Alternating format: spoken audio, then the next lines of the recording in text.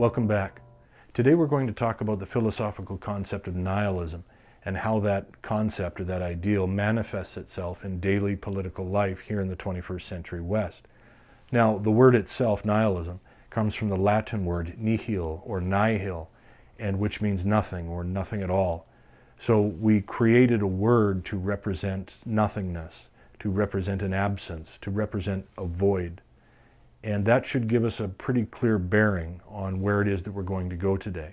But let's begin with the basic characteristics. Nihilism, the doctrine that nothing exists or can be known. Also, the rejection of religious and moral creeds. A political doctrine holding that the existing structure of society should be destroyed. There's a lot that's going on here in this definition, so let's begin. Nihilism is a revolt against truth. It is a rejection or repudiation of reality. It is a philosophical concept or an ideal that argues that no thing has a nature that exists or can be known. This last point is crucial, it's critical. The idea that nothing exists or has a nature that can be known. Now, we know a thing by its nature. We come to know and understand a thing because it possesses intrinsic qualities, intrinsic properties.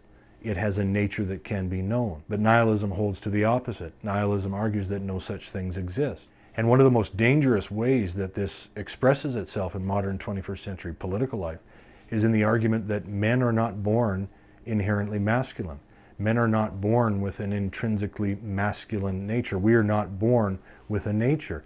Rather, all things that men are, masculinity itself, is a result of external social conditioning, of social construction, as our friends over in sociology would have it. The second part of this definition concerns the rejection of religious and moral creeds. If God does not exist, then neither does the morality taught in his name. Now, this has a long history in the West. In the modern era, we date this movement back to the so-called Enlightenment of the 18th century, when the philosophers of that time were the first to turn this dual rejection of God and morality into a desirable cultural ideal. And one of the consequences of this is noted by Scottish philosopher Alistair MacIntyre in his book After Virtue. This has had the practical effect of enshrining the individual at the center of the moral universe. The individual now decides what is right and what is wrong, and not only that, it's the individual who sets the standards by which he or she judges their own conduct. And the third part of this definition concerns the desire or the wish to burn down or raze to the ground the existing structures of society because it is felt that they're rotten, they're corroded, they're corrupt, and they need to be replaced with something new, something better. Now, the revolutionaries themselves have called this progress. They have called it social justice even. But it is neither of those things. It is nihilism. There should be nothing unfamiliar or strange in what I'm talking about here. As we've seen, just in this basic dictionary definition, we see the modern Western soul or the modern Western mind described fairly accurately. Here in the modern 21st century West, we exist in a daily atmosphere that is saturated with this notion that there is nothing that is true, there is nothing that is real, God does not exist, morality is an antiquated social construction. And in addition to this, there is the pervasive belief out there that we live in a culture or a civilization whose structures are so rotten and corroded that they need to be burned down and replaced with something new. And we're told that this is progress, but it's not progress. It's nihilism, by definition. German philosopher Friedrich Nietzsche was active during the latter third of the 19th century, and his definition of nihilism, which is contained in his masterwork, Thus Spake Zarathustra, his definition of nihilism is essentially a recapitulation of the terrain that we've covered up to this point. He defined nihilism as the situation or the state that obtains when nothing is true and everything is permitted. If we do a little spade work around the edges of Nietzsche's definition here, we can actually locate fairly easily the progressive virtue of tolerance. Now, if it be true that we live in a society or a civilization in which nothing is true and everything is permitted, we do, and it is, then it stands to reason, it is logical, the logic is consequent, that all things, therefore, must be tolerated. When progressives ask us to tolerate the nihilistic biological absurdity that men can become women and women can become men, and they do so in the name of social justice, we see that tolerance is being used as a tool of nihilism. The next thinker we'll consider is the French philosopher Albert Camus. He was active during the middle of the 20th century, and he begins by defining nihilism as the inability to believe in anything. But it's in his follow-up definition, the secondary definition, where he captures the essence or the nature of what nihilism actually is. Nihilism's most serious symptom is not to be found in atheism, but in the inability to believe in what is, and to live life as it is offered. Albert Camus. This inability to accept what is the animating desire, drive, or impulse behind men calling themselves women and women calling themselves men. This is a plain and clear manifestation of a refusal or an inability to accept what is. It is a refusal to accept life as it is offered.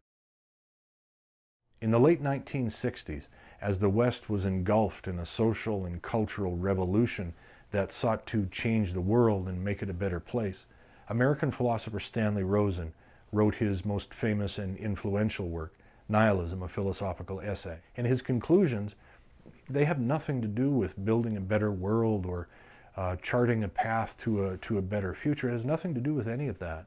Rosen clearly saw the cultural and social revolutions of the 1960s. He clearly saw it as a manifestation of nihilism. Nihilism is, fundamentally, an attempt to overcome or repudiate the past on behalf of an unknown future. The nihilist invokes us to destroy the past on behalf of a wish which he cannot articulate, let alone guarantee. Stanley Rosen. What Rosen just described there is the spirit or the attitude that has animated every single revolutionary movement since 1789 down to today. If we track through each of these individual revolutions, we will find a version or a variant of what Rosen just wrote there.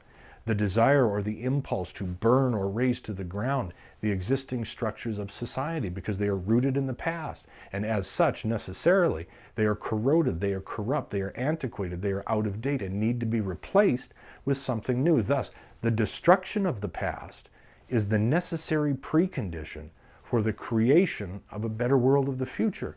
Now, we call this progress and we call this social justice, but it has nothing to do with either of those things.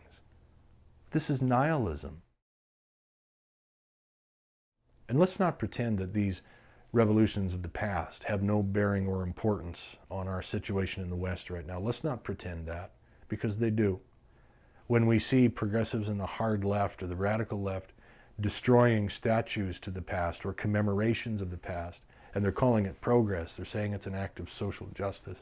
But let's call it what it is. That's not progress. That's nihilism. That's what nihilism looks like.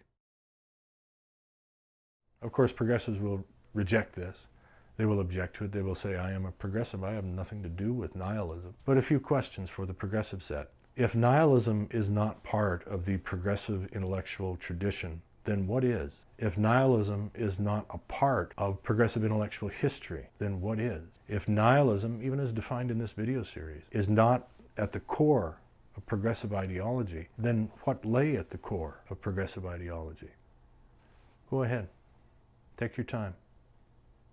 I can be patient.